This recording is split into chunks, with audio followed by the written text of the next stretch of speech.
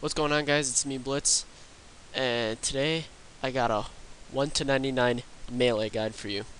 So let's get into it. Alright, first things first, weapons and armor. Whenever you're getting ready to train, you always want to know what you are going to want to use when you're training, obviously. So here on the screen I have a list of weapons and armor that you can use throughout levels 1 to 99. From 1 to 10 bronze, 10 to 20 iron, 20 to 25 or to 30 steel. The reason I have 25 or to 30 is because those 5 levels they go by very fast, and it just might not be worth it to go and buy black for those 5 levels because you're still low level. You're not going to be using it for very long anyways. If you do want the extra accuracy, if you do want the extra defense, go ahead and buy black. That's your choice, but you really don't need to. Alright, and then from then on we got 30 to 40 mithril, 40 to 50 adamant, 50 to 60 rune, 60 to 70 dragon. From 70 to 80 we got barrows, weapons and armor. Now keep in mind, barrows, they're degradable for one, so as soon as you equipped it, it's going to degrade and you're not going to be able to sell it unless you fully repair it or if it's fully degraded. Another thing to keep in mind, barrows is weapons are all two-hand weapons, so you're not going to be able to dual wield like you would have been able to from bronze to dragon up to this point. Now from levels 80 to 90 we have chaotic, and that's chaotic weapons. There is no chaotic armor. At level 80 I would recommend to use Bando's armor, but Bando's is kind of expensive, so if you don't have the money at this point to buy Bando's, stick with barrows. Barrels really isn't that expensive. Now from 90 to 99 we have Drygor weapons. For armor at this point I would recommend just sticking with Bando's. Bando's is power armor and it doesn't degrade. Yes, it is a little bit expensive, but it does not degrade. If you do buy Malevolent, that degrades, and Malevolent just isn't worth it. Same with the Raids armor, it degrades and it's not worth it for training. And then here I have some basic ability bars. They're not really basic because I have abilities on them that when you start out the game you won't have. For example, Sacrifice, Blood Tendrils, stuff like that. You won't have that when you start out the game. But the top action bars for dual wielding, so one weapon in each hand. Dual wielding weapon like scimitars, swords, etc. The bottom bar is for two-handed weaponry, like two-handed swords, spears, stuff like that. It's just a basic setup. It's what I use in game. It's probably not the best, but when you start out level 1 to 20, you can set up this action bar and you will learn abilities as you level up. You'll learn what they can do, but start out with Slice, then work your way up. You won't have all these abilities unlocked right away because they unlock with each level, but you will have Slice unlocked right away. So just use that and start training. If you are new, I would recommend you do the Blood Pact quest first of all, right after you get out of the tutorial. Just teleport to the Lumbridge Lodestone, which is right here. You will already have it unlocked when you start the game. Follow this black path down. There's an NPC here. It's an old lady. Her name is Xenia. Talk to her, start the quest. She'll walk you through the quest. It's really simple, easy, 10 to 15 minute quest, if that. And at the end of the quest you'll get some nice experience, and you will get some weapons for melee, range, and mage. And it gets you familiarized with the combat triangle. Nice. It's just nice to do when you're starting out. Also, if you're a new player, I recommend doing the Combat Academy. Teleport to the Lumbridge Lodestone, which is right here. Follow this black path up. Here's the Combat Academy. The NPC is called Lady Deathkneel. That's how I believe you say it. And talk to her, and she will get you started. It takes a little bit of time to do it, but you do get experience from it. And the experience scales with your level, so even if you are like level 1, level 30, or level 99, I would recommend doing it because you get a nice little chunk of experience for maybe 15 to 20 minutes of work. Alright guys, now to get into the actual attacking portion of this guide, training portion. From level 1 to 20 you're going to want to kill troll truckers there in Berthorpe. Just teleport to the Berthorpe lodestone, follow the black path. Right up here is a cave, enter the cave, and just run straight in. The troll truckers will be right ahead. Pros, fast kills, good XP for low levels, and they don't hit very often. Cons, they might be crowded, they do die fast, and you may have to wait for a respawn. Once you get up to levels 10, about somewhere in between there, you can move on to other trolls that are around the caverns, like the troll brutes and the troll mages. And I'd say you will be accurate enough to hit them, but starting out right at level 1 melee stats, you're going to want to go straight to troll chuckers because they are weak to melee, and you'll be able to hit them easy enough. Alright, from then on, level 20 to 40, you're going to want to go to hill giants. You're going to teleport the edge of the lodestone, which is right here, and just follow this black path right here. There will be a trapdoor that you will climb down. Once you climb down that trapdoor, you will end up over here. Follow this black path right over to hill giants. An alternate way to get there is to teleport to Varrock lodestone, which is right here. Follow this red path up to the Grand Exchange and buy a brass key. A brass key is essential, as you will need it to unlock this door right here. So once you have the brass key, follow the red path, come to this house, open the door. On the inside, climb down the ladder, and you will be right here at the hill giants. Here's the ladder. This room is hill giants. It's pretty simple. Pros, they drop big bones, which you can pick up for prayer, and you can pick up and bury for prayer, or you can just pick up and sell for money. And you can make money here. They drop stuff such as armor, weapons, lower level weapons, I should say, and limpwort roots, which you can also sell for money.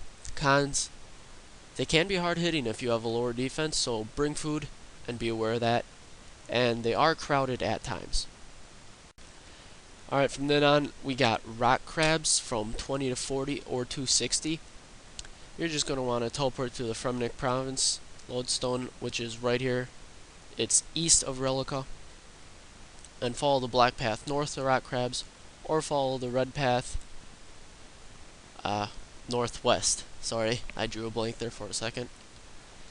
And when you run up in the area that the rock crabs are in, they will not be walking around, they will be sitting down, and they will look like rocks, basically one of these things without the legs. And once you get close to them, they will pop up and they will start attacking you. Pros, they're aggressive and they don't hit very often, so with them being aggressive, you can just sit there and they'll automatically attack you. You can sit in one spot where you got about 4 crabs around you and just sit and attack them. It's very nice. Some nice XP. Cons, they can be crowded though, and eventually they will lose their aggressiveness, which means you will just have to run south, run back north. Same with over here. Run south, run back north. They should be aggressive again. If you do decide to leave rock crabs at level 40, you're going to want to come and kill ghouls that are located in Mauritania. You're just going to teleport to the Mauritania lodestone. And to get this lodestone unlocked, you need to have the Priest in Peril quest to get into Mauritania. But it's a simple quest, it's easy. You should have no problem doing it. You're going to need it eventually, so if you don't have it done, just get it out of the way and do it. Then come here. Here's the lodestone. Just follow this short path up to ghouls. They're in this area. There's quite a bit of them, as you can see in the pros. There's lots in the small area. They are aggressive at lower levels. They're right next to a lodestone, which makes them easy to get to. And as I said before with rock crabs, you can just sit here, let them attack you. You'll have to click once every 5 minutes because your account will automatically log out. But other than that, it's really simple. Just stand in one place, they'll attack you, auto attack them back. Cons, you may have trouble hitting them at a lower level because they are weak to mage, but you should do just fine. Make sure you bring the best gear that you can wear. So best weapon, best armor, and yeah, that's that. Just sit and attack these until level 60.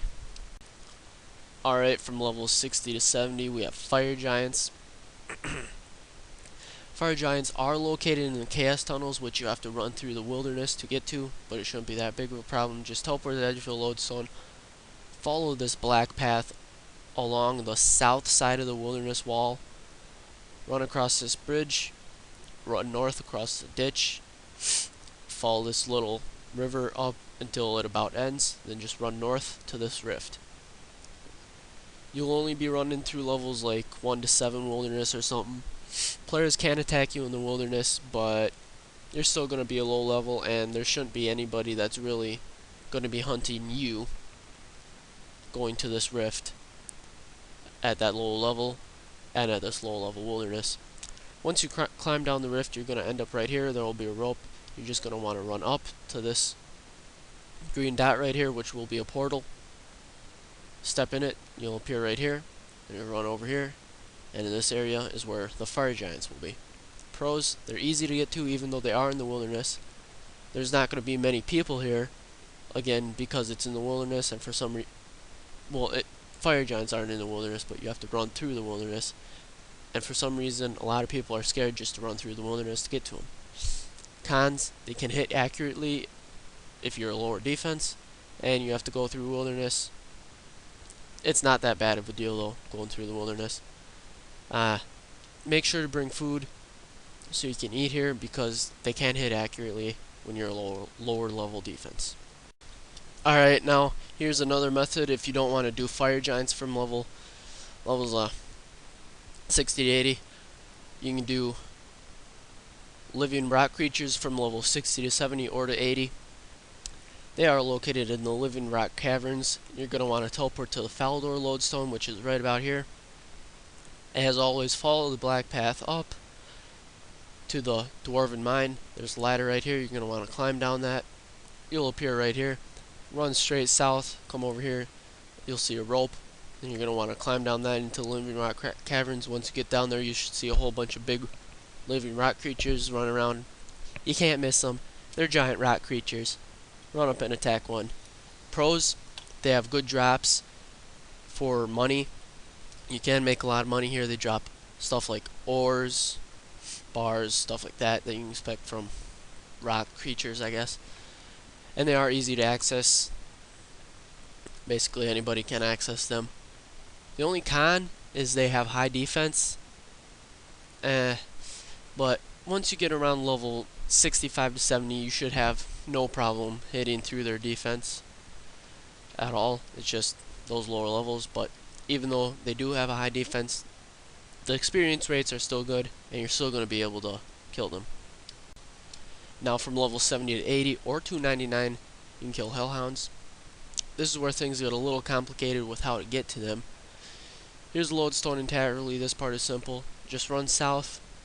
There's an agility shortcut right here. I believe you need like 24 agility for it. It's not that bad, 24 agility. Hop across that, and here's some steps, climb down. If you don't have 24 agility, follow this red path around and down these steps. Now, you're gonna come down the steps right here, and the easiest way to get there is follow the black path, but you need 80 agility to hop over this floor that's right here. And if you have 80 agility, just follow them right up, follow the black path. There's this blue circle right here, which is a dungeoneering resource dungeon. I believe you need like 60 some dungeoneering for. I'm not sure, don't quote me on that. If you don't have the dungeoneering requirement though, there's plenty of hellhounds around here that you can attack. And if you don't have 84 agility, follow this red path, which is the next easiest path. You're going to have to climb through a pipe though, which you're going to have to need 70 agility for. If you have 70 agility, crawl through the red pipe, follow this black path up to where it meets up, follow this red path to where it meets up with the black path, and then just keep running. Hellhounds should start right about here, and from here up to here you will see hellhounds. If you don't have 70 agility, you're going to want to run up here, follow the blue path through here and down here.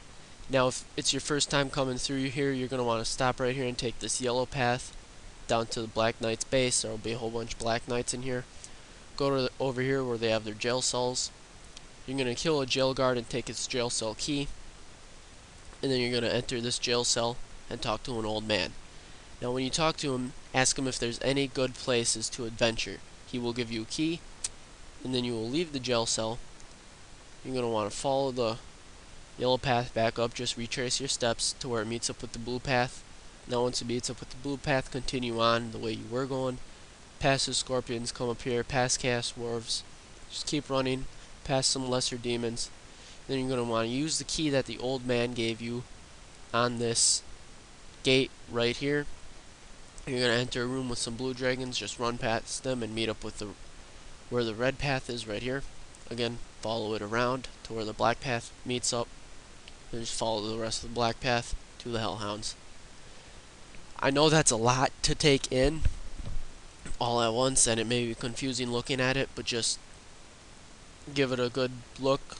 And remember this, requirements for the black path, you need 80 agility. Requirements for the red path, you need 70 agility. If you don't have either of those, just follow the blue path. If you don't have the key to get through this door, go to the yellow path, get the key by killing the guard, talking to the old man for the key, then continue on the blue path and red path and black path, like I said. Pros, they are aggressive, so you can sit here and just AFK them. They'll auto attack you, and that's always nice. Cons, you will have to bank often at lower levels because they hit fairly often and fairly accurate. I would recommend bringing Guthans, because if you bring Guthans, you're going to heal back some of what they hit you, and it won't be that bad. Also, if you have Soul Split or the Vampirism Aurora or any way of healing, bring that. At level 70, you're probably not going to have Soul Split, but you might have Vampirism Aurora. I don't know. Use whatever you can to heal, so you can stay here up. So you can stay here for longer. Alright guys, from here on out in the guide, all of the forms or methods of training will have some requirement, so just keep that in mind. For this method, you need 85 Dungeoneering. If you don't have 85 Dungeoneering, you can just skip on to the next method. Alright, from levels 80 to 90, or to 99, you're going to want to do Frost Dragons. To get there, you're going to teleport to a Port Serum Lodestone, right here. Run south. Down here, there's a ladder. And at this ladder, you'll appear right here. Just follow the black path until it starts to get icy and snowy, and then follow it up here. There will be a resource dungeon. Enter that resource dungeon if you have 85 Dungeoneering, and you will see that there are Frost Dragons all over the place. Pros, they are amazing money. Frost Dragon Bones are going for like 10 to 12k right now. If you do this method from 80 to 90, you will make a lot of money. If you do this method from 80 to 99, you will make an insane amount of money. It'll seem boring, and it'll take quite a while, but you will just make absolute bank here. Cons, they can be crowded because they are such a good money maker, and as I said before, you need 85 Dungeoneering. For this next method, the requirements aren't that bad. You just need to have Barbarian training, and this method is Water Fiends. From 80 to 90 or to 99, Water Fiends if you can't do Frost Dragons. And what you're going to want to do to get there, you're going to teleport to the Sears Village Lodestone, which is right here. Follow the black path that I have right here. There will be train tracks. Follow it along these train tracks. There's a shortcut right here. You need like 20 agility. Just hop over that shortcut. Follow the black path the rest of the way, and there will be a whirlpool right here. Hop in the whirlpool. If you've done Barbarian training, you'll enter the Ancient Cavern. You'll enter a ledge right here. If you haven't done Barbarian training, you will be washed down by Xorian Falls, and you'll end up at the bottom of the waterfall, and it will deal you some damage. But if you end up in the Ancient Cavern, right here's this ledge. You're going to climb down some steps and follow the black path. Over here there will be some Water Fiends. You can follow it around also over here for some Water Fiends. Another method of getting there is getting a Games Necklace, teleporting to Barbarian Assault. and following the red path down to the dock and the whirlpool, and then jumping in from there. And even another way from getting there is a fairy ring, which the first time you go to the ancient cavern you won't be able to use the fairy ring because you're going to want to bring a spade and some Morchella mushroom spores to plant in the fairy ring to activate it. Pros, they're amazing experience. They don't hit you that often. Cons, they can get crowded at times, especially in double experience weekend. It seems like everybody in the game goes to water fiends just because they are that great of experience. And you're going to want to use at least chaotic weaponry if you're attacking them with melee, because their weakness is range. And if you're using something like barrows, it's just not going to be worth it. You're not going to get the best experience rates because that of you using barrels. Another weapon that I should have mentioned before is a God Sword. You need 75 attack for those. God Swords would be alright here, I suppose. They are expensive though. I just recommend doing dungeoneering, getting chaotic weaponry. You need 80 dungeoneering for it. Dungeoneering is looking better and better, isn't it? It's a useful skill for the weapons, of course, and you're going to want to keep that in mind when you start out the game. That dungeoneering will, in the long run, benefit you via frost dragons, chaotics. There's many uses for chaotics. I'm not going to get into that right now. Just something to keep in mind. Alright, now here is my last method that I have from 90 to 99. I have Dark Beasts. You will need 90 Slayer for these, and you will need the quest Morning's End Part 1 to get into the Temple of Light, which is right here. Pros, they have good drops, and they are aggressive after you kill one. Cons, they hit accurately, can be crowded at times, and you need 90 Slayer. To get there, you're going to want to teleport to Ardogny, however it's pronounced. You're going to want to teleport that lodestone. Follow the black path through East Art. There's that word again, Ardogny. I don't know why Jacobs makes names like this. That's not the point right now. Follow the black path up to this house. If you've completed Morning's End Part 1, you're going to need Mourner's Gear to get in this house. Climb down this ladder. You'll need a key to get in here. And just, there's Dark Beasts all over here. There's Dark Beasts over here, over here, over here, over here, over here, even over here. If you did Morning's End Part 1, you should know how to get here. After you do, I believe, Plague's End quest, you won't need your Mourner's Gear anymore to get in this house. But this door will be locked, and after you do Plague's End, you will have a teleport on your crystal key, crystal teleporting seed. I forgot what it's called, but you'll know what it is if you did the quest. I did the quest. It's just, again, it's been years. Yeah, and that's how you get the Dark Beasts. They're 90 Slayer, but they have good drops. They have a lot of noted herbs, noted ores. They have a lot of alchables, coins, food. They are good for experience, drops, and they're aggressive so you can AFK them. Alright, I know I said that was my last method, but I do have some more good experience I want to point out to you guys. God War's Dungeon is good experience. You can attack General Graudor, Commander Ziliana, or Krill Tusaruth. The requirements for General Graudor are you need 70 strength to get in his stronghold, you need 70 agility to get in Commander Ziliana's stronghold, and you need 70 constitution or hit points to get in Krill Tusaruth stronghold. Now, God War's Dungeon is good experience. It can yield up to 400k an hour once you get near level 99, and you will make money here.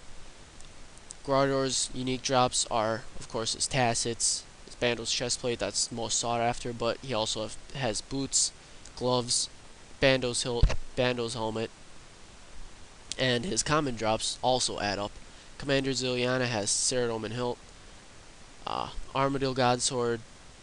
I believe it has also Ceradoman Sword, Staff of Light, stuff like that. Krill Saruth has all the subjugation pieces of armor, so subjugation hood, subjugation robe body, subjugation robe bottoms, gloves, boots, etc. And all of their common drops add up over time. So even if you don't get any unique drops, you will still make money here, and you will still be getting plenty amounts of experience.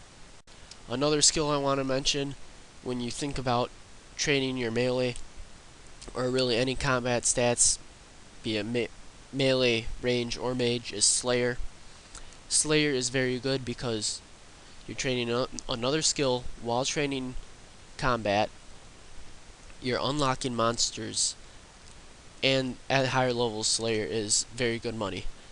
At lower levels, I know there's a lot of monsters that are just a pain to kill, but it's still training Slayer along with combat. It's killing two birds with one stone, so that's always something to consider. Alright everyone, that was my guide. Thank you for watching. I appreciate it. Every view helps. Please like, comment, and subscribe. Every like helps, every comment helps, and every subscribe helps. Please also comment in the comment section what I'm doing, what you think I might be doing wrong, any pointers you have for me, any tips. I am still very, very new at video making. It actually took me like 4 tries to make this video just because video editing, and I had to get a different screen recorder and a whole bunch of stuff. I've been trying to make this video for like the past week, but I finally got it out to you guys. So in the comment section below, please leave a comment. Even if it's not something you think I can improve on, just leave a nice comment or something. Always, please drop a like. Thanks for watching.